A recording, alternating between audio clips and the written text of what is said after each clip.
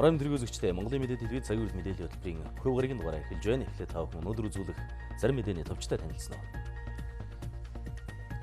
Ерөнхийлөгч сонгуулийн ерөнхий орооны удирдлагуудыг хүлээн авч уулзсан улсын хурлын ээлжид сонгуулийн бэлтгэл ажлын талаар санал солилцлоо. Нийслэлийн зүүн бүсэд жилд 600 мянган тонн сайжруулсан түлш үйлдвэрлэх хүчин чадалтай үйлдвэр эх 10 дугаар сард ашиглалтад орно. Энэ жил оюутан цэрэг хөтөлбөрийг төр зогсоож Улаанбаатар хот болон Сэлэнг, Дорнговь, Баяуулгийн аймагуудад цэрэг татлага зохион байгуулахгүй. Монгол эрдэмтэн Нобелийн шагналтнуудын хуралд эх орноо төлөөлөн оролцох хүндтэй урилга хүлээн авчээ. Дэлхийн эрүүл мэндийн байгууллагаас Умар Солонгосын 700 иргэнд коронавирусын шинжилгээ хийж хариу нь бүгд сөрөг гарчээ. Эдгээр болон бусад мэдээний дэлгэрэнгүй та бүхэн өнөөдөр цагийн хүрдээс хүлээн авч үзээрэй. Өнөөдөр Монгол Улсын ерөнхийлөгч Баттулга сонгуулийн ерөнхий орооны дарга гишүүдийг хүлээн авч уулзлаа. Тэд улсын хурлын ээлжид сонгуулийн бэлтгэл ажлын талаар зөвлөж ярилцсан байна. Ерөнхийлөгч Баттулга сонгууль зохион байгуулах ажлын хүрээнд олон нийтийн сугларалт зайлшгүй үүсэж, сонгогч хурууны хээ өгөх зэрэг асуудал үүснэ, цар тахлын ийм үед эрсдэлт нөхцөл байдлыг хэрхэн шийдвэрлэх вэ зэрэг асуудлыг хүндсэн юм. Манай улс хүндэтгүү үзэх шалтгаантай иргэдээ хилийн чандаас эх оронд нь тусгай нислэгээр авчирч байгаа юм. Одоогоор 6600 гаруй иргэн эх орондоо ирэх хүсэлт гаргаад байгаа юм байна. Үүнийг дагаад коронавирус зөөвөрлөгдөж орж ирсэн тохиолдлууд нэмэгдэх бодит эрсдэл бий. Үүнийг харгалзан үзэх шаардлагатайг ерөнхийлөгч хэлж байна. За ингээд сонгуул боллоо, сурталчилгаа явлаа, нөгөө наашаа цаашаа гэдэг юм болон нөгөө заалан цуглах асуудлыг яах. За нөгөө хуруугаараа өгнө. Өгсөн санал өгж байгаа хүн болгонд бэлээ авчирна гэвэл 2 сая бэлээ хаанаас авах юм бэ? 2 сая маск хаанаас авч өгөх юм бэ? Хуруугаараа дарлаа, дараагийн хүн хуруугаараа дарлаа. За нөгөө гар хөлөөр тарж байгаа гэдэг нөгөө болгоомжлоод байгаа, сэрэмжлээд байгаа юмыг яах юм бэ? Ингээд бодит зовлонгууд их байна. За ингээд явж исэн чинь гинт нэг газар нь одоо өвчин гаруул яах вэ? Баяуулгийн аймгийн одоо аймгийн төв дээр хүн ихтэй газар нь гарлаа, Өмнөговь аймагт гарлаа, зүүн хараад гарлаа гэл ингээд дуу дугаа аваад с ิจ гтэй тохиолдолд гарлаа гэвэл нөгөө 21 хоногийн карантин чинь эхэлнэ. Тэгэхээр тэр сонгуулийн тойргийг хүчингүү гэх юм уу, хүчинтэй гэх юм уу? Сонгуулаа өгөөрэй гэж тавьчаад дахиад урайлаад авах юм уу? За эрт сүрэхгүй бол баахан мөнгө зардсан байдаг. Баахан хэвлэлийн мөнгө сонин хэсдүүлэгдэх чинь мөнгө шүү дээ.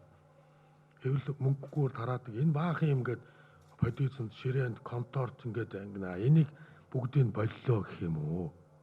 Сонгуул товлон зарласнаас хойш онцгой нөхцөл байдал үүсвэл улсын хурал бүрэн эрхийнхээ хүрээнд асуудлыг шийдвэрлэх хууль эрхцэн зохицуулалттай. Тиймээс эрх бүхий байгууллагын шийдвэрийг хэрэгжүүлж ажиллана гэдгийг сонгуулийн ерөнхий орооны дарга хэлж байна. Улсын хурлын сонгуул түүхэндээ эрт цөрөөгөө ийм тохиолдол байгаагүй. Хамгийн сүүлчийн 16 оны сонгуульд 70% эрттэй гарсан. Тийм учраас бол энэ зохион байгуулалтаа сайн хийгээд халдвар хамгаалтынхаа ажлыг сайн хийх юм бол хэрвээ их хурл одоо ийм зогсоох шийдвэр гаргахгүй бол тэгэл одоо халдвар ариутгалыг сайн хийгээд тэгээд амны маскын зөвлөгөөл тэгэл сонгуулаа явуулнаа л гэж ингэж бодож байгаа шүү дээ. Сонгуулийн ерөнхий орооны гишүүд тулгарх эрсдэлтэй асуудлын хүрээнд эх 7 хоногт хуралд нь ингээд гаргасан саналаа улсын хурал засгийн газарт хүргүүлэх юм байна. Нийслэлтийн 200 гаруй мянган айл өрөх өнгөрсөн өвөл сайжруулсан түлш хэрэгэлсэн, үүний үр дүнд агаарын бохирдол 50% буурсан. Тэгвэл нийслэлтийн зүүн бүсийн сайжруулсан түлшний үйлдвэрийн бүтээн байгуулалтын ажил өнөөдөр эхэллээ. Жилд 600 мянган тонн сайжруулсан шахмал түлш үйлдвэрлэнэ. Үйлдвэрийг эх 10 дугаар сард ашиглалтад оруулахаар төлөвлөж байна. Зүүн бүсийн сайжруулсан шахмал түлшний үйлдвэрөө зохицолбор хэлбэрээр байгуулагдана. 8 шугамтай ажилчдын хотгон офисын барилгатай байх юм. Сард 52 мянган тонн сайжруулсан түлш үйлдвэрлэх хүчин чадалтай. Барилга усралтыг энэ сард эхэлж эхний ээлжийг 6 дугаар сард ашиглалтанд оруулахаар төлөвлөжээ. Үйлдвэрлэлийн гол ажлууд газар дор явах учраас байгальд сөрөг нөлөөгүй юм байна. Мөн хөхрлөг хий болон барьцалдуулагч бодисыг шинэ технологийн аргаар нэвтрүүлэхээр төлөвлөжээ.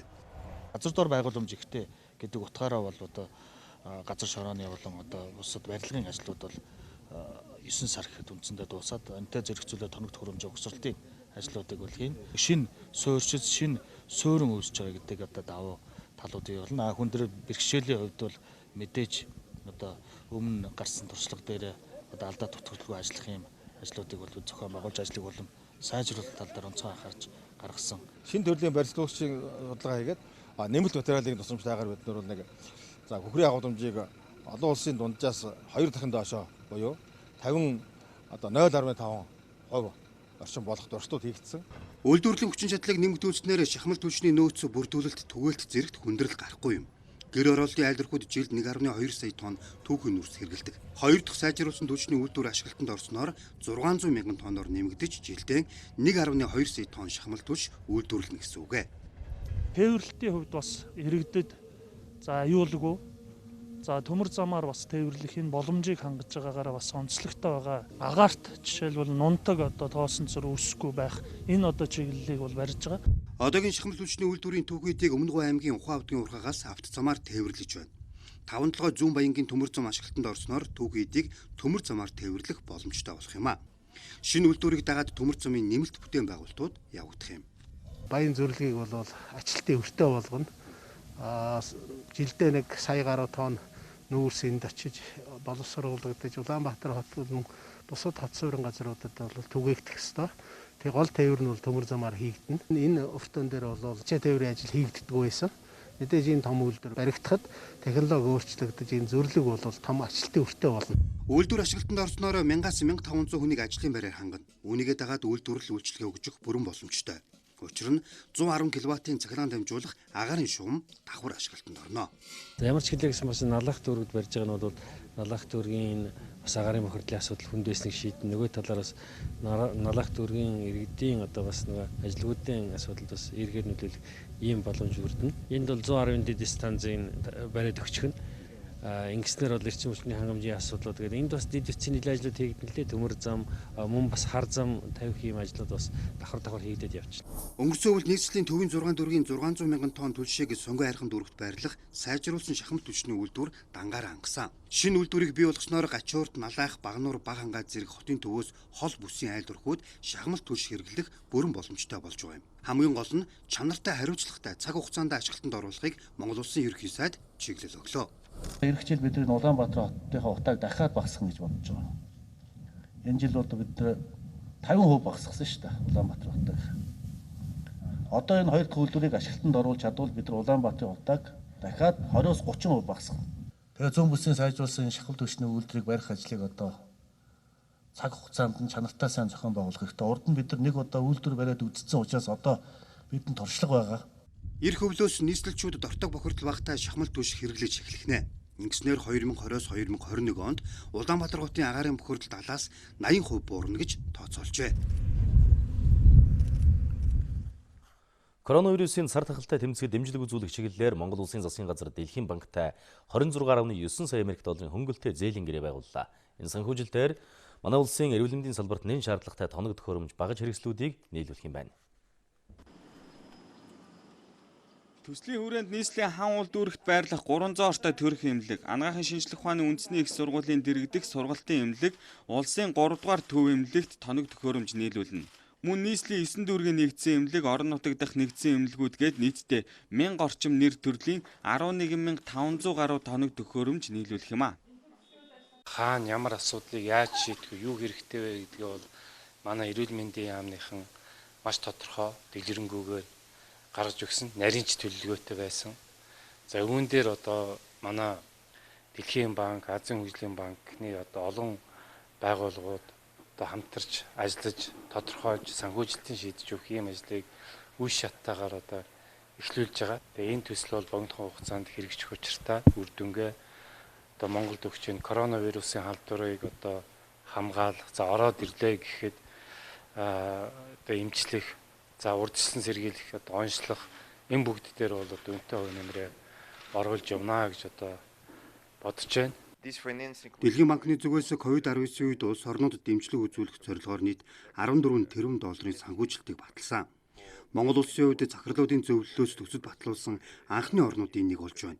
Энэхүү төсөл нь Монгол улсын эмнэлгийн тусламж үйлчилгээ үзүүлдэг байгууллагуудад нэн шаардлагатай багаж хэрэгсэл, онцлогоор бусад тоног төхөөрөмжүүдийг худалдан авч санхүүжүүлэхэд чиглэгдсэн байгаа. Тийм учраас энэ төсөл Монгол улсад чухал ач холбогдолтой өгөөчтэй төсөл гэж харж байна. Зээлийн санхүүжилт Дэлхийн банкны 2 өөр байгууллагаас олгогдно. Олон улсын хөгжлийн ассоциациас 13.1 сая ам доллар, олон улсын сэргээн босголт хөгжлийн банкнаас үлдсэн 13.3 сая ам долларын зээлийг олгох юм а. Дээрх зээлүүд нь 30 жилийн хугацаатай, эхний 5 жилд нь үндсэн төлбөрөөс чөлөөлөх нөхцөлтэй юм байна. Өнөөдөр улсын онцгой хөм суралдаж энэ хаврын цэрэг татлагыг хязгаарлагдмал хүрээнд зохион байгуулах шийдвэр гаргалаа. Тодорхойлбол нийслэл Улаанбаатар хот болон Баян-Улгийн, Дорноговь, Сэлэнг аймагуудын хэмжээнд энэ оны 1-р ээлжийн цэрэг татлагыг явуулахгүй байхаар болсон байна. Энэ оны 1-р ээлжийн цэрэг татлага 5-р сарын 1-ээс 15-ны хооронд улс орон даяар болох байсан сар дахлын эрсдлээс сэргийлж цэрэг татлагын ажилд өөрчлөлт орж байна. Зайлшгүй шаардлагаар ялангуяа хэлийн цэрэгтэй холбоотой цэрэг халагдангууд одоо хил дээр албах цэргүүдийн тоо буурсан байж таарахгүй. Тийм учраас хэлийн цэрэг за зэвсэг төчний нэг тусгай анги тэнд цэрэг татахаар бусад цэргийн анги нэгтгэл ангиудад хугацаа цэргийн албаа хаагч татахгүй байхаар ийм шийдвэр гарч байна. За бас энэ үүсэж байгаа нөхцөл байдалтай холбогдуулаад энэ жил оюутан цэрэг хөтөлбөрийг хэрэгжүүлэхгүй гэсэн ийм шийдвэр гарсан байгааг бас давхар мэдэгдэе. Мөн улсын онцгой комисс 12 хүртэлх насны хүүхэдтэй ээжүүдийг гэрээсээ цахимаар цалинтаагаар ажиллаа их хугацааг 4-р сарын 30 хүртэл сунгахаар болсон байна. Сургууль цэцэрлэгийн үйл ажиллагаа түр зогссон ч сурагчдыг анги дэвшүүлэхгүй байх асуудал үүсэхгүй гэдгийг хэлж байна. Яг одоо боловсрол соёл шинжилгээ ухааны спортын яам энэ бүх тооцоо судалгаа хийгээд ажиллаж байгаа. Нэг ч хүүхэд удирахгүй, төгсөхгүй, хоцрогдол үүсэхгүй. Эсвэлтийн ерөнхий шалгалтад 7 сарын 2-нд гээд өмнө одоо Баатар хөлөг сайд зарласан тийм ээ. Яг энэ одоо тооцоололоороо эсвэлтийн ерөнхий шалгалтыг авна. Төгсөх ангийн хүүхдүүд төгснө. Нэг зарчим барьж байгаа. Энэ нь дүнгийн түвшинг бууруулахгүй байх, хоцрогдол гарахгүй байх, тухайн хүүхдүүдэд давагчруу хүчин зүйлсээс үүдсэн хохирлыг амсуулахгүй байх үүднээс энэ зарчим дээр мэргэжлийн байгууллага за салбар яам одоо тооцоо судалгаа хийгээд ажиллаж байгаамаа. Харин сургууль цэцэрлэг ихтэй сургууль гээд боловсролын байгууллагын хөл хориог эх 9-р сарын 1 хүртэл сунгах асуудлыг ойрын үед хэлэлцэн шийдвэрлэх юм байна. Коронавирусын халдвартай нь батлагдаж Сэлэнг аймагт тусгаарлагдаад байсан хүнийг өчигдөр халдвар төвчин судлалын үндэсний төвд хэвтүүлэн эмчилгээ эхлүүлсэн байна. Батлагдсан тохиолдлын ойрын хавьтлуулах 15 хүнийг шинжилгээ хяналтад оруулсан хяналт шинжилгээ үргэлжилж байна. Өнөөдрийн байдлаар халдвар төвчин судлалын үндэсний төвд 205 хүн тусгаарлагдан хянагдаж байна.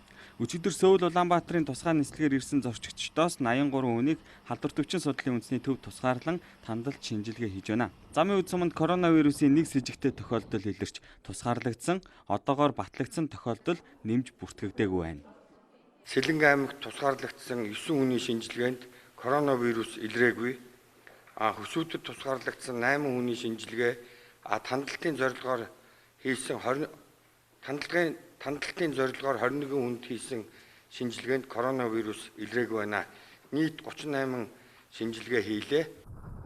Манай улсад батлагдсан 16 тохиолдлоос 4 нэмжлэгдэн эмнэлгээс гараад байгаа. Тухайн иргэд совилалд ажиглалтад байгаа юм. Харин ажиглалтаас өчигдөр 194 хүн гарсан байна. За 310 одоо ажилч эрүүл мэндийн ажилчин албан хаагчид бол ажиглалтанд байгаа хүмүүс тусламж үйлчилгээ үзүүлж байна. За өчигдөр Сөүл Улаанбаатарын үүргийн онгоцоор бол нийт 257 зорчигч ирсэн. За эндээс бол өндөр настан болон одоо асран хамгаалагчтайгаа 50 хүн, эрүүл мэндийн шалтгаантай хүмүүс одоо асран хамгаалагчийн хамт 43, жирэмсэн эмэгтэй одоо 5, за бага насны хүүхэд гэр бүлийн хамт 49 хүн ирсэн. За энэ хүмүүсийг бол одоо халдвар төвчин судлалын үндэсний төв, цэргийн төв эмнэлэг, жаргаланд, инх наран сувил, кента уужчд буудал, хавуужчд буудалд бол байрлуулж ажиглалт хяналтанд бол одоо оруулсан байгаа. Коронавирусны халдвараар дэлхийн нийтэд 1.5 сая хүн өвчилж 88.4 мянган хүн нас орсон бол 339,731 хүн эдгэрээд байна. Вирусны халдвар Америкийн нэгдсэн улс, Турк, Их Британи, Испани, Итали, Германд эрчимтэй тархсан хэвээр байна.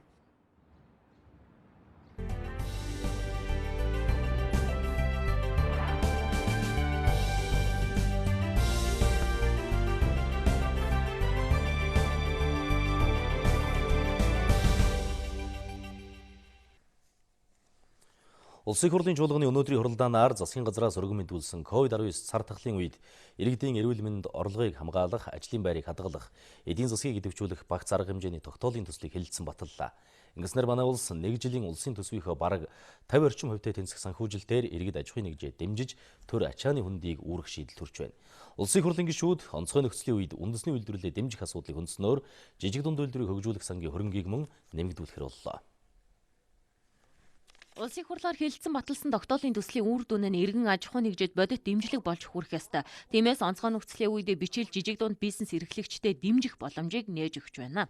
Энд бол 3-аас 5 жилийн дотор 400 гаруй тэрбум төгрөгийн дэмжлэг үзүүлчих юм бол Монгол улс импортоор оруулж ирж байгаа бүх хүнсний ногоо бүрэн хангах, зөөрийн аж ахуйтай болох, аймгийн төвүүдэд тодорхой хэмжээний бас агуулга самны хүрэлцээтэй логистикийн төвүүд бий болох гэдэг ингээд нийтдээ 3-аас 5 жилийн хугацаанд бол бид Монголын газар шороонд ургаалж байгаа бүх төрлийн хүнс хүнсний ногоогоор өөрийгөө хангах, хүнсний бүтээгдэхүүн экспортлох боломжтой улс орн байгаамаа. Онцгой нөхцөл байдалтай холбогдуулан үйл ажиллагаанд доголдсон ч ажлын байраа хадгалсан аж ахуй нэгжийн ажиллагчдад 3 сарын турш 200 мянган төгрөгийг ажилгүйдлийн сангаас олгохоор зохицуулалтыг засгийн газар оруулж ирсэн. За гишүүд үүнийг хэлэлцээ тухайн санхүүжилтийг аж ахуй нэгжид нь олгохыг дэмжсэн юм а. Өнгөрсөн оны 2-3 дугаар сарын үйл ажиллагааны борлуулалтын орлого нь одоо 20 оны 2-3 дугаар сарын борлуулалтын орлоготой харьцуулахад 50% буурсан аж ахуй нэгжид ингээд 50% буурсан мөртлөө ажлын байраа хадгалж үлдэж байгаа энэ аж ахуй нэгжид энэ ажиллаж байгаа энэ хүмүүст бол энэ 200 мянган төгрөгийн нэмэгдэл орох юм байна гэж ийм шийдэл гаргаж байна гэж бодлоо. Зөв биз дээ сангийн сайд тийм ээ. Тэгэхээр энд ойролцоогоор бол нэг 45 мянган аж ахуй нэгжүүдийн урьдчилан байдлаар одоо ингээм хамрагдах ийм тооцоо судалгаанууд байгаа юм байна гэдэг ийм шийдлүүдийг бас гаргасан байна. Энэ бол одоо яг иргэдийн дунд байсан тодорхойгүй байсан зүйлийг л тодорхой болгож байгаа ийм шийдэл зөв шийдэл болж чадсан байна. Одоо төрийн албан хаагчдын хувьд бол цалингаа бүрэн хэмжээгээр авч байгаа. Ажлын байр нь баталгаатай хадгалагдаж байгаа. За төрийн өмчт аж ахуй нэгжүүдийн хувьд бол ажлын байраа хадгалаад энэ асуудлаа шийдээд явах боломжтой. Төсөвтөр ачаал өгөхгүйгээр төрийн өмчт компаниуд өөрсдөө энэ асуудлыг бүрэн шийдвэрлэж явах юм боломжтой юм байна. Энэ коронавирустай холбоотой сөрөг үр дагаврыг бол Монголын төр илүү авч явъя гэдэг ийм л зорилгоор оруулж ирсэн. Сургууль цэцэрлэгийн үйл ажиллагаа зогссон учраас хэмнэлт гарч байна. Жишээлбэл сурагчдын үндийн цай цэцэрлэгийн хоолны зардал гарахгүй байгаа учраас 3 сарын турш хүүхэд бүрт 20 мянган төгрөгөн дээр нэмж 10 мянган төгрөг олгоно. Мөн үйл ажиллагаанд доголдсон хувийн хвшлийн аж ахуй нэгж иргэний нийгмийн даатгалын шимтгэлийг 6 сарын хугацаанд чөлөөлнө. Жилийн 1.5 тэрбум төгрөг хүртэлх борлуулалтын орлоготой аж ахуй нэгжүүдийг 6 сарын хугацаанд орлогын татвараас чөлөөлнө. Онцгой нөхцөлийн үед интернетийн үнийг тодорхой хугацаанд хямдруулах, хоол хүнсний үргэлтийн үйлчилгээг дэмжихээр болж байна. Ариун цэвэр, эрүүл ахуйн стандартын шаардлагын хангасан хүргэлтийн үйлчилгээ, хоол унд эмнэлгийн хэрэгслээс ахуулаад хүргэлтийн үйлчилгээг онлайн зах зээлийг дэмжих ийм зохис бодлогыг тогтоолд тусгах эх 7 хоногт батлах засгийн улсын хурлын тогтоолд одоо эдийн засгийн байнгаараа бидний өгсөн 10 чиглэл дээр энд нэмж энэ чиглэлийг өгч байна. Дээр нь энэ бүх нийтийн үүргийн сангийн шугамар интернет үйлчилгээг үн тарифыг хямдруулах, энэ замаар онлайн худалдаа, онлайн үйлчилгээ, үүлэн технологи ашиглаж засгийн газрын болон хувийн хвшил ажлаа онлайнаар явуулах, үүлэн технологи ашиглах, дижитал шилжилтийн бодлогуудыг хэрэгжүүлэх энэ талаар ажиллахыг чиглэл болгож байна. Эдийн засгийг идэвхжүүлэх хүрээнд малчтаас ноолор худалдан авахд зориулан 3% хүүтэй 300 тэрбум төгрөгийн зээлийг олгоно. За өргөн хэрэглээний бараа бүтээгдэхүүний үн түлш шатхуунаас шууд хамаардаг учраас 4-р сарын 15 гэхэд шатхууны үн тодорхой хэмжээнд буурахаар байгаамаа. Улсын хурлын чуулганы хуралдаанаар дэгийн тухай хуульд нэмэлт оруулах хуулийн төслийг хэлэлцэн баталлаа. Онц байдал, дайн бүхий болон дайны байдал, гамшигын хууль заасан, бэлэн байдлын зэрэгчилсэн, олон улсын хөл хориод өвчин гарсан онцгой нөхцөлд асуудлыг улсын хурал хэлбэршүүлсэн болон цахим хуралдаанаар хэлэлцүүлэх боломж нэгдэж байна. Онцгой нөхцөлийн үед чуулганы нэгдсэн хуралдааны байршлыг өөрчилж болох зохицуултыг гишүүд дэмжсэн. Гишүүд сан тураалтад гар өргөж эсвэл програм ашиглаж цахим хэлбэрээр оролцох зохицуулт орж байна. Харин нууц сан тураалтыг зөвхөн сан тураах хуудасаар явуулах юм байна. Мөн хаалттай хуралдааны дэгийг тусгайлсан хуулиар зохицуулахыг дэмжсэн. Хүндэтгэн үзэх шалтгаангүйгээр гишүүн товлсон цагт эрсэд бүртгүүлээгүй бол тухайн асуудлаар үг хэлэх эрхийг хасах зохицуултыг ёс зүйн дэд хорооны даргын санал болгож дэмжлэг авлаа. Шаардлагатай нөхцөлд нам эвслийн бүлэг асуудлаа нэгтгэж байр суурьаа илэрхийлэх боломжийг ч нээж өгч байна. Улсын хурлын чуулганы хуралдааны дэгийн хуульд нэмэлт оруулснаар онцгой нөхцөлд гишүүд цахим хуралдаанаар асуудлыг богино хугацаанд хэлэлцэн шийдвэрлэх боломж инхүү бүрдлээ. Тэгвэл өнөөдрийн мөн чуулганы хуралдаанаар хүнсний нөөц хангамжтай холбогдуулан гайл нэмэгдсэн үртгийн албан татврын тухай хуулийг хэлэлцэн баталлаа. Ингэснээр манай улс хүнсний гол нэрийн бараа бүтээгдэхүүний үн хангамж нийлүүлэлтийг тогтвортой байлгах зорилгоор хүнсний улаан буудай, үрийн улаан буудай, бүх төрлийн хүнсний будаа, чихэр, ургамлын тосыг гайлын болон нэмэгдсэн үртгийн албан татвараас чөлөөлөхөөр болж байна. Өнөөдөр хэлэлцэн баталсан хуулийг 6 дугаар сарын 30-ны хүртэл дагаж мөрдөх юм. Дараагийн мэдээ танилцуулъя. Дархан улаамигт арьс ширний цогцлбор удахгүй ашиглалтад орно. Энэ цогцлборт дэлхийн стандартад нийцсэн нэмийн үртэг шингээсэн арьс шир ноос ноолуур боловсруулах юм. Төлөвлөгөөгөөр хөнгөн аж үйлдвэрийн технологийн паркын эхний үйлдвэр энэ жил ашиглалтад орох юм байна. Энэ онд цогцлборын цахилгаан түгээх, дамжуулах, дэд станцын барилга, дулааны шугам хоолой татах ажлууд хийгдэх юм байна. Мөн бог бод малын ноос ноолуурын үйлдвэр байгуулахаар компаниуд гэрээ байгуулж эхнээсээ хөрөнгө оруулалтаа хийж эхэлжээ. Хөнгөн үйлдвэрийн технологийн паркын бүтээн байгуулалтын ажилтай хүн сүдэн аж ахуйн хөнгөн үйлдвэрийн сайд танилцж зарим үүрэг даалгаврыг өгсөн байна. Энэ жилийн төлөвлөгөөр бол энэ жилдээ бол бас нэмээ 4 үйлдвэр барьчих санаатай байгаа. 10 сарын 1-ээс бид нар эхний борлуулалтын гэрээ ачих төлөвлөгөөтэй ажиллаж байгаа. Борлуулалтын хувьд бол сүүлийн 5 жил бол яг гадаад Европын зах зээл дээр Португал, Испани, Итали гээд манай Тэлмэн гээд энэ бизнесийн энэ төслийн үүсгэн байгуулагчдын нэг маань бас ажиллаад явж байгаа. Одоо ч гэсэн тэндээ амьдраад ажиллаа явж байгаа. Удахгүй бас борлуулалттай холбоотой эхний ажилт нэтрээгээд явах ба. 2021 оны 4 дугаар сар ихт бол эхний бүтээгдэхүүнүүд гарна гэж байгаа. Гэхдээ одоо бидний бол энэ гүйцэтгэгч компаниудтай шахаж энэ одоо 6 дугаар сар ихэд бол эхний үйлдвэрийг асаа. Эхний үйлдвэрийн бүтээгдэхүүнээс угаах үйлдвэрүүдийг бол гаргаа гэсэн ийм шаардлагуудыг тавьж ажиллаж байна. Аймаг орон нутгийн төсөвт бодиттой хөрөнгө орлого. За ингээд одоо аж үйлдвэрийн салбарт мэдлэгт суурилсан томоохон салбар одоо болж хөгжих ийм одоо Дархан хотын ирээдүйн хөгжлийн ийм бодлогын салбар бий болсон гэж ойлгох ёстой. Манай улсад жилд дунджаар 10-аас 15 сая ширхэг арьс зах зээл нийлүүлдэг. Түүхийн эдийн ариун нөөц уламжтойч доктортой нийлүүлэлт борлуулалтын сувгийн улмаас чанар зах зээлийн нөхцөл байдал хангалтгүй байна. Тиймээс Дархан хотод тус цогцлборыг барьж байгаа нь энэ. Ингэснээр 7500 орчим иргэн байнгын ажлын байртай болно. Арьс шир өрөөсөө өнгөө болсон. Одоо нэг мал алдан нөгөө арьсаа чэнж давж өгнө 1000 төгрөг. Ямар ч хэн ч хэрэггүй. Гэхдээ нэг машиндаа шатахгүй гэдэг 1000 төгрөгөөр өгж явах бид нартаас хэцүү үстэй. Тэгээ тиймд бол ийм арьс ширний үйлдвэр байгуулагдаад эндээ авчирч өгөөд бас үнэ аншид нэвтээх ингээд өгвөл бас малчид бид нарт бас хэрэгтэй л байна. Малынхаа түүхийдийг ингээд орнууд улс их орондоо ингээд ашиглаад ингээд бид нар бас цаашааштай энэ малын арьс ширийг бол ингээд бол түүгээд болгоод дахин боловсруулаад бас улс их орондоо их бүтээх байхаа. 40 жилийн хугацаанд жилдээ 10 сая ширхэг арьс шир боловсруулах 13 үйлдвэр ашиглалтад орох юм. Мөн 10,000 тонн ноос боловсруулах ноос ноолуур угаах самнах үйлдвэр, түүний цэвэрлэх байгууламж, дэд бүтцийн барилга байгууламжууд бий болно.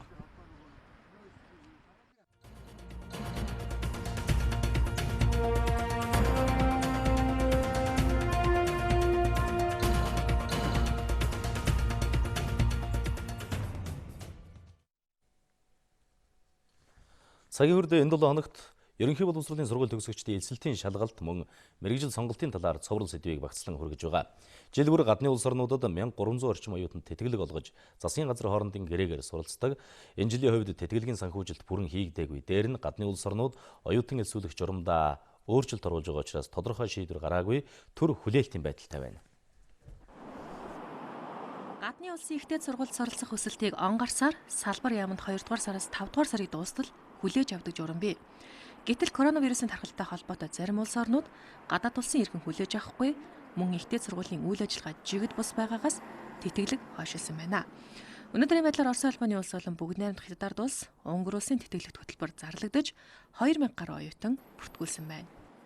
Манай яамнаас болохоор засгийн газар хоорондын гэрээ хэлцээрийн хүрээнд тэтгэлгүүд бол тухайн элчин сайдын яам, тухайн боловсролынхаа энэ асуудлыг хариуцсан төв байгууллагуудтай бид нар хүсэлтүүдэд явуулсан байгаа. Энэ жил нийлсэлтэд явуулах уу, яах уу гэдгээр бол хариу үлээгээд байж байгаа.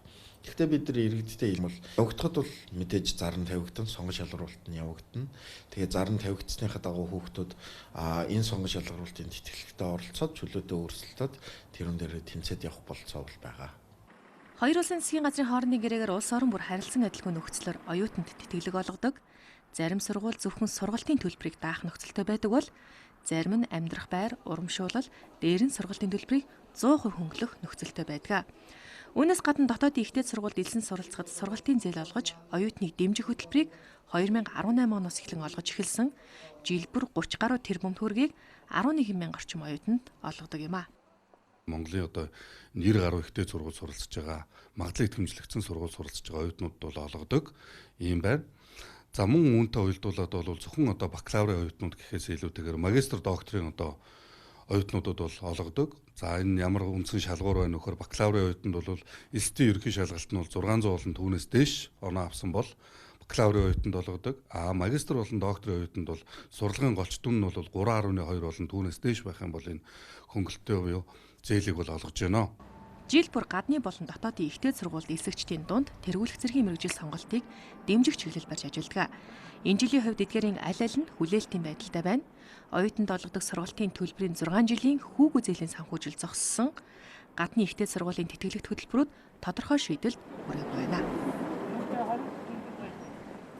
Дэлхийн нийтийг цар тахлын аюул айдас давтуулж байгаа энэ үед эрүүл мэндийн тусламж үйлчилгээ үзүүлдэг байгууллагууд маш өндөр ачаалттай ажиллаж байна. Аюул төвчнөөс урьдчилан сэргийлэх чиглэлд мэргэжлийн байгууллагуудаас өгч байгаа зөвлөмжүүдийг ард иргэдэд таниулан сурталчлах ажил маш чухал. Тэгвэл энэ ажилд соёлын сургуулийн оюутнууд сайн дураараа оролцож цар тахлаас сэргийлэх хөлсөд хувь нэмрээ оруулж байна.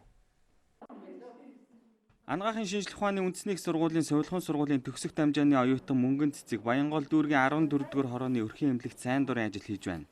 Тэрээр өглөө бүр 8:30-д ирж орой 5 хүртэл ажилладаг. Эхлээд халдвараас өөрийгөө хэрхэн сэргийлэх болон өвчтнүүдэд ямар зөвлөгөө мэдээлэл хүргэх талаар ахлах сувилагчаас зааварчилгаа авна. Коронавирусээс хамгаалахын тулд одоо гол нь өөрийгөө бас хамгаалах ёстой чи гараа сайн угааж, биеийг гараа ариутгах нь гол нь маска зүх одоо тэр чинь л гол нь шүү дээ чи 3 гол юм байгаа тий тэрийг хамгийн гол нь чи сая аль тарихтай байсан бэлээ авч орсон. За. Дараа нь ахлах сувилагчаа дагалдан 14-р хорооны өндөр настан болон эмнэлгийн тусламж үйлчилгээ гэрээр авах шаардлагатай иргэдийн гэрээр орно. Ингэхдээ коронавирусын халдвараас өөрийгөө хэрхэн сэргийлэх болон дархлаагаа яаж дэмжих, хувийн ариун цэврээ хэрхэн сахих талаар зөвлөгөө мэдээлэл өгч ажиллана. Гараа ариутгах чадж байгаа юм тий? Зөв угааж чадж гин үү дарааллаа? Дараалтаа угаана. Би ер нь их олон удаа гараа. Мондог байна. Гараа их угаас сурсан тийм гаш юм. Мондог байна. Маска та зүүж явж байгаа юм тий? Энэ хоёрыг та нар 30 удаа угааж байгаараа гэж. Одоо энэ дээр нь төмөр байгаа. Энэ төмөр болохоор хамарныхаа хэлбэрт нь тааруулаад өмсдөг шүү заяа. Тайлхтаа болохоор та айгүй сайн зөв тайлна шүү заяа. Эндээс нь ингэж авч агаад тэгээ тайлаад хаяа устгалд оруулаа шүү заяа. Сайн дурын дадлахыг хийж байгаа яг энэ коронавирусын дэгдэлтийн үед хийж байгаа нь маш ач холбогдолтой гэж бодож байгаа. Яагаад гэвэл бид нэр сайн дураараа амьлгийн ачааллыг багасгаж байгаа. Тэгээ дээр нь бид нар болохоор яг төгсөх курсын оюутнууд болохоор илүү биднэрт төгсөөд энэ их сурсан дадлахын хугацаанд сурсан зүйлийг амьдрал дээрээ баттгаж тэгээ бас халдварт хамаатлалын дэглэм гэдэг зүйлийг айгүй их сурж байгаа болохоор ашиг тустай гэж бодож байгаа. Тэгээ манай орооч нь баг хүн амтаа тэгээд нөө хоёр сувилагч ажилтдаг нэг маань сая хэлж амралтаа авцсан. Тэгэд яг эд ачаалттай үед эднэр бүр яг зөв үедээ ирсэн байхгүй юу. Тэгээ айгүй их хэрэг болж байгаа биднэрт. Одоо энэ коронавирусын зөвлөмж өгөх тэгэл гадуур эмчилгээнд явах хөгжлийн бэрхшээлтэй хүмүүст үйлчлэх гээл ажил их. Тэгээд ийм одоо нэг ийм ачаалт ихтэй үед ирсэн болохоор биднэрт маш их ажил тусдсан болж байна. Мөнгөн цэцэгтэй адил сувилахын чиглэлээр суралцж байгаа 800 гаруй оюутан энэ сайн дурын үйл ажиллагаанд нэгдсэн байна. Танхимын хичээл хаагдсан учраас зарим оюутнууд хөдөө гэртээ хайрсан. Гэсэн ч байгаа газраа эрүүл мэндийн тусламж үйлчилгээг сайн дураараа үзүүлж байгаа юм байна. Өөрсдийн санаачлагаар яг энэ эмнэлгийн тусламж үйлчилгээнд дэмжлэг үзүүлэн энэ дотроо сувилахын тусламж үйлчилгээнд нь хамтран бид ажиллаж байна. За бид нар 828 оюутнаас 521 нь бол Монгол орны 21 аймаг 155 сумд. За Улаанбаатар хотод бол 307 оюутан. За 23 одоо эмнэлгийн тусламж үзүүлж байгаа бүх шатлалын энэ байгууллагуудад бол ингээд ажиллаж байна. Дэлхийд дахин коронавирустэй 100 дахь хоногтой тэмцэж байна. Цаашид байдал хэрхэн өөрчлөгдөж тархалт хэр хэмжээнд байхыг таашгүй. Тиймээс улс үндэстэн бүр эв нэгдэлтэй байж хүн бүр хариуцлага авахмсарлан вирусын тархалтаас өөрийгөө болон өрөөл бусдыг хамгаалах асуудал чухал байгааг Дэлхийн эрүүл мэндийн байгууллагаас өдөр бүр сануулсаар байгаа. Яг энэ жишгийг өөрийн биеэрээ үлгэрлэж байгаа оюутнуудад эмч сувилагч нар талархаж байгаагаа хэлж байсан юм а. Ажилгүй мөнгөгүй гэдэг шалтгаанаар олон залуу хүсэл мөрөөдлөөс ухардаг. Тэгвэл Монгол Улсын их сургуулийн мэдээлэл компьютерийн ухааны тэнхимийн хэсэг оюутан хамтарч нийгмийн хариуцлагын хүрээнд коронавирусээс урьдчилан сэргийлэх мэдээллийг олон нийтэд түгээх зорилготой веб хуудсыг өөрсдөө зохион бүтээж ажиллаж эхэлсэн байна. Оюутнуудын хийсэн энэ веб хуудсаас Дэлхийн эрүүл мэндийн байгууллагаас гаргасан шинэ мэдээлэл зөвлөгөө анхаарах зүйлсгээд хүмүүст хэрэгтэй мэдээллийг цаг алдалгүй их хэл дээрээ унших боломжтой юм байна. Хэдийгээр сургуульд нь хөл хорой тогтоож хичээл орохгүй байгаа ч энэ залуус гэртээ зүгээр суухыг хүссэнгүй. Тэд өөрсдийнхөө сурч байгаа мэрэгжлийн чиглэлийн дагуу хүмүүст хэрэгтэй зүйл хийхээр санаа сэтгэл нэгдэж коронавирусын халдвартай холбоотой бүх мэдээллийг багтаасан вебийг өөрсдөө зохион бүтээсэн байна. Веб нь технологийн шийдлээр бүх мэдээлэл цаг тутамд шинжлэгдэж бас монгол хэл дээр орчуулагддагаараа давуу талтай. Яг одоо ингээд карантин үед тавигдсан хүн болгон гэртээ хөл хориондоо байгаа. Энэ үед бид нар нэгдээд яг улс орондоо хэрэгтэй зүйл ямар зүйл хийж болох вэ гэдгийг бодоод тэгээд тунхац хэмээнийг бол хийсэн байгаа. Энэ төслийг бол эхлүүлсэн.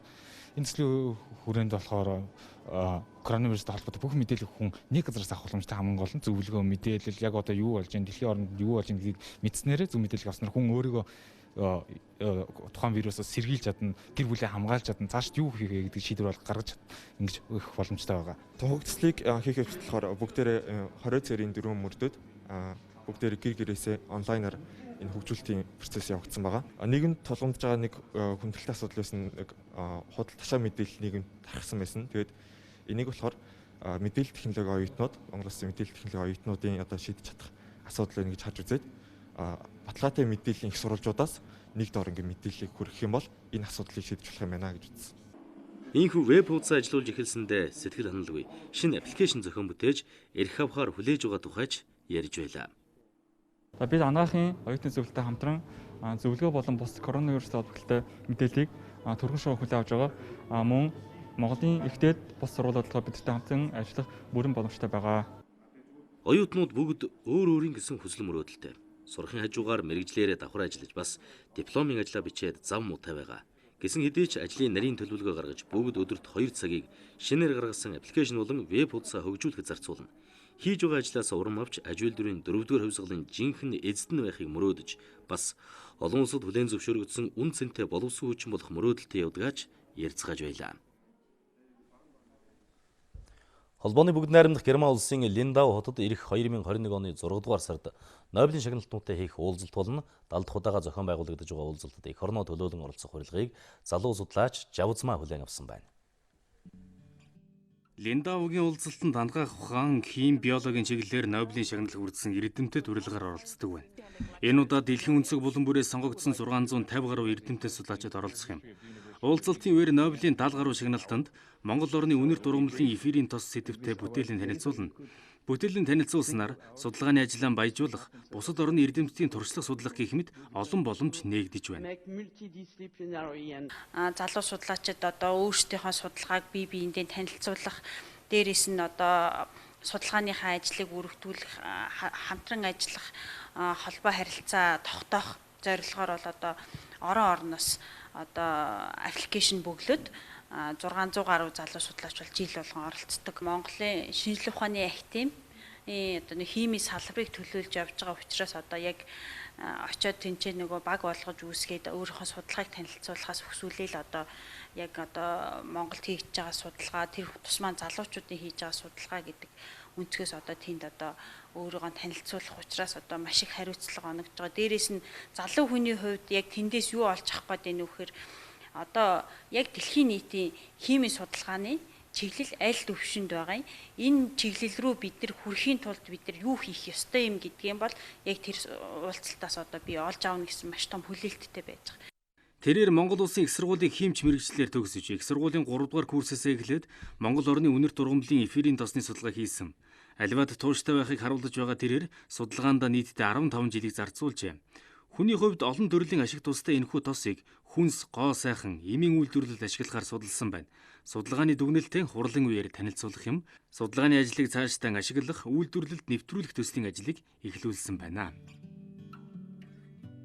Эрхэм үзэгчдээ цагийн хүрд мэдээллийн хөтөлбөр олон улсын мэдээгээр үргэлжилж байна. Олон улсын мэдээллийн зүрхээ орчуулагч редактор Алтан Гэрэл студид ажиллаж байна. Тэгэхээр Америкийн нэгдсэн улсын Airbus компани Нисхонго зүйлдвэрлэлээ буурууллаа. Энэ бууруулсан шалтгааныг юу гэж харж байна? Дэлхийн томоохон компаниуд дэлхийд дахинд дэгдэж байгаа цар тахлын хүрээнд өөрсдийнхөө үйл ажиллагаанд бол хязгаарлалт хийж эхэлж байна. За эдгээрийн нэг болох Америк нэгдсэн улсын Нисхонго зүйлдвэрлэгч Airbus компани цар тахлын хүрээнд үйлдвэрлэлээ 3-1-ээр бууруулахаар болсон ийм мэдээллийг бол өгöd байгаа юм а. Үүний дотроос хамгийн алдартай загвар болох А320 онгоцны үйлдвэрлэж мөн дагаад буурахаар болсныг онцолсон байна. Энэхүү арга хэмжээ нь өнөөгийн үүсэт байгаа нөхцөл байдлаас үүдэж Airbus-ын онгоцны өмнө хийгдчихсэн байсан захиалгууд хойшлуулагдсантай холбоотой юм. Энэ оны 3 дугаар сард тус компани нийт 55 онгоц нийлүүлэх ёстой байснаас 36-г л нийлүүлсэн байна. Үүний зэрэгцээ Airbus-ын үйлдвэрлэлээ бууруулж байгаа нь захиалагчид захиалгаа хойшлуулсан шийдвэрээс гадна дэлхийд дахинд нислэгүүдийг зогсоосон мөн улс орнууд хилээ хаасантай холбоотой юм а. Энэхүү шалтгааны улмаас үйлдвэрлэгч талаас захиалагч талд агаарын хөлөг онгоц нийлүүлэх боломжоор хязгаарлагдаж харин нисэгчдийг болон хувийн онгоцнуудыг хөлсөлж авахаас өөр аргагүй хүрсэн байна. 2020 оны 1-р улиралд Airbus компани нийтдээ 290 захиалга хүлээж авснаас 122-ыг нь нийлүүлээд байгаа юм. За улирлын туршид 63 онгоцыг үйлдвэрлсэн ч COVID-19 цар тахлын улмаас захиалагчдад хурж очих ийм боломжгүй байгааг онцолжээ. Шинэ төрлийн коронавирусны тархалтаас болж дэлхийн эдийн засагт учруулах нийт хохирол 2 жилийн дотор 5 их найд Америк доллароос давна гэж мэдээллээ. Шинжээчдийн гаргасан энэхүү үнэлгээ дүгнэлтийг Bloomberg агентлаг гаргасан байна. За коронавирусны улмаас засгийн газрууд хувийн бизнес эрхлэгчдийг ажлаа зогсоох, иргэдийг гадагш гаралгүй гэртээ байхыг уриалсан. Үүний улмаас дэлхийн эдийн засаг 1930 оноос хойш хамгийн гүн хямралд орох нөхцөл бүрдэж байна гэж онцолсон байна. Хэдийгээр эдийн засгийн хямрал богино хугацаанд л үргэлжлэх төлөвтэй байгаа ч дэлхийн улс орнуудын эдийн засгийг барихад цаг хугацаа шаардлагадна гэж шинжээчид үзэж байна. Шинжээчдийн энэхүү дүгнэлтэнд банкны салбарын Citigroup компанийн ерөнхий эдийн засагч Кэтрин Мани санал бодлыг мөн хүргэсэн юм. Энэ нь дэлхийн эдийн засагт учрах хохирол 5 их найд Америк доллароос ч их байна гэсэн тооцоо дүгнэлт юм. Тэгвэл JP Morgan Chase банкны шинжээч энэхүү хохирлын хэмжээг 5.5 их найд Америк доллар гэж тодорхойлсон байна. Дэлхийн өндөр хөгжилтэй орнуудад 2008-аас 2009 он болон 1974-өөс 1975 онуудад гарч байсан эдийн засгийн хямралтай харьцуулахуйц адил хямрал нүүрлэнэ гэж шинжээчид дүгнэлсэн байна. Тэгвэл Америкийн Morgan Stanley банкны шинжээчид хөгжингүй орнуудад дотоодын нийт бүтээгдэхүүний үзүүлэлтүүд 2021 оны 3 дугаар улиралд хямралын өмнөх түвшинд эргэж очно гэж үзэж байгаа юм байна. Америк нэгдсэн улсын ерөнхийлөгчийн сонгуульд өрсөлдөхөөр ардчилсан намын сунгаанд нэрээ дэвшүүлээд байсан Берни Сандерс сунгаанаас нэрээ татсан байна. Энэ талаар тэрээр өөрийн Twitter хуудасандаа мэдэгдэжээ. Түүний гаргасан энэхүү шийдвэр нэг намын нэр дэвшигч Жо Байденд ерөнхийлөгчийн сонгуульд ардчилсан намаас өрсөлдөх боломжийг олголоо гэж их сурвалжууд мэдээлж байна. Америк нэгдсэн улсын ерөнхийлөгчийн сонгуульд нэр дэвшигчдээс ардчилсан намын сунгаанд өрсөлдөж байгаа Жо Байден дэмжигчдийн баггүй саналыг авч байгалаар Америкийн хэвлэлүүд мэдээлсээр байгаа юм. Тэгвэл ардчилсан намын сунгаанаас нэрээ татсан Берни Сандерс цаашид Жо Байдентэй харилцан хамтран ажиллах болно гэдгээ мэдэгдээд байгаа. Мөн түүнтэй хамтран шинэлэг санаануудыг сургалтчлан ажиллана гэдгээ ч онцолсон. Тэрээр энэхүү шийдвэрийг Висконсин мужид болсон нэр дэвшигч тодруулах сунгааны дараа өдөр мэдэгдсэн. Үүнээс гадна Берни Сандерс сонгуулийн өмнөх сунгаанаас гарч байгаа нь Америк нэгдсэн улсын дэд ерөнхийлөгч асан Жо Байденд ардчилсан намаас ерөнхийлөгчийн сонгуульд албан ёсоор сонгогдсон нэр дэвших тэр боломжийг нээсэн явдал боллоо гэж CNN агентлагт мэдээлсэн байна. Ардчилсан намаас Америк нэгдсэн улсын ерөнхийлөгчийн сонгуульд нэр дэвшихийн тулд 1991 төлөөлөгчийн дэмжлэг хэрэгтэй. Тэгвэл сүүлд хэд хэдэн мужид явуулсан сунгааны явцад Жо Байден 1217 төлөөлөгчийн дэмжлэг авсан байна. Харин Берни Сандерс 914 төлөөлөгчийн дэмжлэгийг авсан юм. Энэ нь түүнийг цаашид ардчилсан намын сунгаанд үргэлжлүүлэн өрсөлдөх боломжгүй баталсан явдал болсон байна. Америк нэгдсэн улсын 59 дахь ерөнхийлөгчийн сонгуул 11-р сарын 3-нд болох товтой байгаа юм. Өнөөдөр дэлхийн 211 улс орон газар нутагт коронавирусны халдвар бүртгэгдсэн. Дэлхийн хэвлэлүүдийн анхаарлын төвд байдаг Умард Солонгост өнөөдөр хүртэл вирусны анхны тохиолдол бүртгэгдээгүй хэмээн тус улсын эрх баригчид нь мэдгдсээр байна. Сүүлд ирүүлсэн мэдээлэлээр с жигтэй гэсэн 700 гаруй хүн коронавирусны шинжилгээнд хамрагдсан бол бүх хариу нь сөрөг гарсан байна. Энэ талаар Дэлхийн эрүүл мэндийн байгууллагаас мэдээлсэн юм. Бүгд найрамдах ардчилсан Солонгос ард улс бусад улсуудтай харьцуулахад хаалттай орон цар тахлын эд дэгдэлтийн үед ч хөлийн бүсэд орох гарах хөдөлгөөнийг хязгаарласан. Тиймээс аялал жуулчлалын шугамар өөр бусад улс орноос вирус тээвэрлэгдэн орж ирэх эрсдэл умард Солонгосын хувьд өндөр хэвээр байсаар байна. Дэлхийн томоохон хэвлэлүүд умард Солонгост халдварын тохиолдолд бүртгэгдээгүй гэсэн хоёр эсрэг байр суурьтай мэдээллүүдийг цацаж байна. Одоогийн байдлаар Пинянд 509 хүн, гадаадын 2 иргэн, с жигтэй гих шалтгаанаар 20 цэрийн бүсэд байгаа юм. За умард Солонгосын эрх баригч намын сонд мэдэгдснээр дэлхийд дахинд тархаж байгаа коронавирусны халдварын дэгдэлтээс бүгд найрамдах ардчилсан Солонгос ард улсын эрүүл мэндийн систем урьдчилан сэргийлж чадсан талаар онцолсон нь дэлхийн хэвлэлүүдийн анхаарлыг татсан. Учир нь тус улсын эрүүл мэндийн системийг зарим улс орны шинжээчид аюулын түвшинд байгаа гэсэн мэдээллийг өгсөн нь умар Солонгосын өгсөн мэдээлэлээс зөрж байгаа юм. Гэхдээ олон улсын шинжээчид тус улсад нэгч тохиолдол бүртгэгдээгүй гэх умар Солонгосын эрх баригчдын өгсөн мэдээлэлд эргэлзэж байгаа гэдгээ нэг бус удаа илэрхийлсэн. Аль ч улс орон бүгд найрамдах ардчилсан Солонгос улс дахь дотоод нөхцөл байдлыг сайн мэдэхгүй байгаа. Яг одоо бол тус улсад ханиадны эд дэгдэлтийн үе болж байна. Энгийн ханиад эсвэл вирусны халдвартай ханиад хатгааг ялгаж таних мэдэх тоног төхөөрөмж тусгай шинжилгээний онцлоггүй гэх мэдээлэлч мөн гарсан. Тэгвэл Орос улбаны улсын гадаад хэргийн яам үүний эсрэг мэдээллийг өгöd байгаа. Тодорхойлбол Орос улс энэ оны 2 дугаар сард умард Солонгост шинжилгээний 1500 төхөөрөмж өгсөн. Мөн дэлхийн эрүүл мэндийн байгууллага бүгд найрамдах ардчилсан Солонгос ард улсад цар тахлын эсрэг тэмцэл зориулж 1 тэрбум орчим Америк доллар ханиулахаар болсон зэрэг нь умард Солонгос вирусны эсрэг тэмцэх боломж нөөцөө дайчилж байгааг илтгэж байгаа юм хэмээн онцолсон байна. За үзэгчдэд үргэлжлүүлэн олон улсад өрнсөн коронавирустай холбоотой голлох болоод зарим мэдээллийг товчоор хүргье. За Японы эрүүл мэндийн яам нэг өдөрт авах коронавирусын шинжилгээний тоог 20,000-д хүрэхээр төлөвлөж байна. Үүний хажуугаар иргэдийг аливаа тээврийн хэрэгслээр зорчиж байхдаа шинжилгээ өгөх туршилтыг нэмэгдүүлэхээр зорж байна. Өнөөдрийн байдлаар тус улсад нэг өдрийн дотор коронавирусны 12,000 шинжилгээг авч байгаа юм. Энэ төрлийн шинжилгээг халдвар төвчин судлалын үндэсний хүрээлэн болон эрүүл мэндийн төв бусад байгууллагуудад авч байгаа юм а. Энэ хүрээнд шинжилгээний багаж хэрэгцэл тоног төхөөрөмжийн тоог өсгөхөөр ажиллаж байна. Хөнгөн атлетикийн дэлхийн аврах шалруулах тэмцээн 2022 он хүртэл хойшлогдсон байна. Энэ талаар хөнгөн атлетикийн олон улсын холбоо албан ёсоор мэдэгдлээ. Дэлхийн аврах шалруулах тэмцээн 2022 оны 7 дугаар сарын 15-наас 24-ний хооронд болохоор болсон.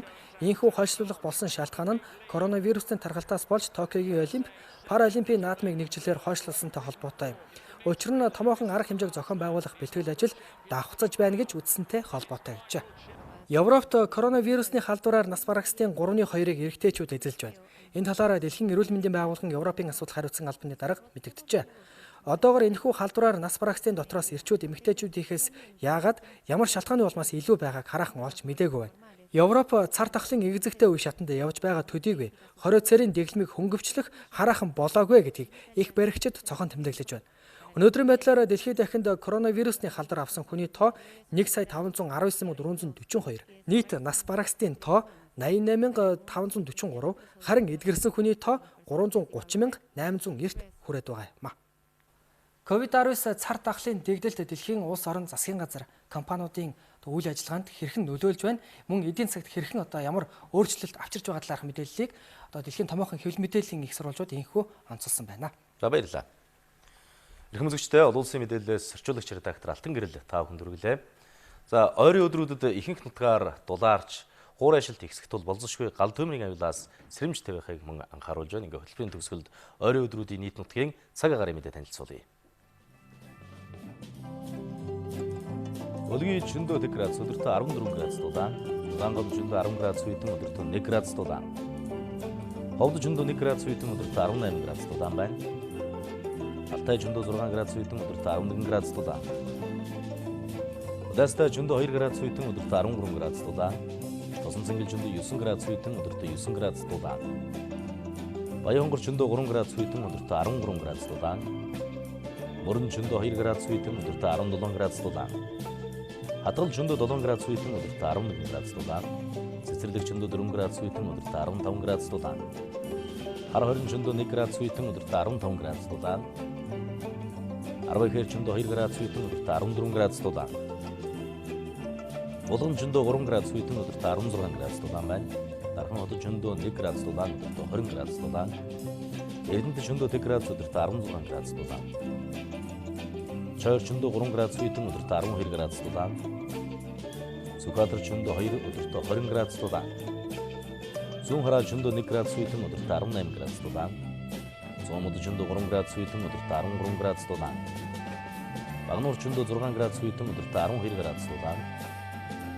Чингис хотод зөндөө 8 градус үеийн өдөртөө 14 градус дулаан. Баруун урд зөндөө 5 градус үеийн өдөртөө 13 градус дулаан. Чойрсон зөндөө 6 градус үеийн өдөртөө 14 градус дулаан. Мандлагов зөндөө 3 градус үеийн өдөртөө 12 градус дулаан. Дадан задгад зөндөө 3 градус үеийн өдөртөө 12 градус дулаан. Хамбогд зөндөө 3 градус үеийн өдөртөө 13 градус дулаан.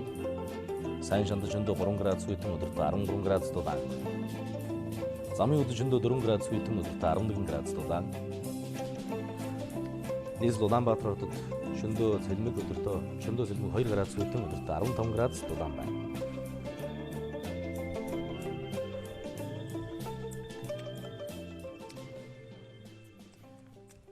Эрхэм үзэгчдээ бид та бүхэн цагийн үрд мэдээллийн хөтөлбөрийн пүрэв гарагийн дугаараа хүргэлээ анхаарал хандуулсан үзэгч та бүхэнд баярлалаа.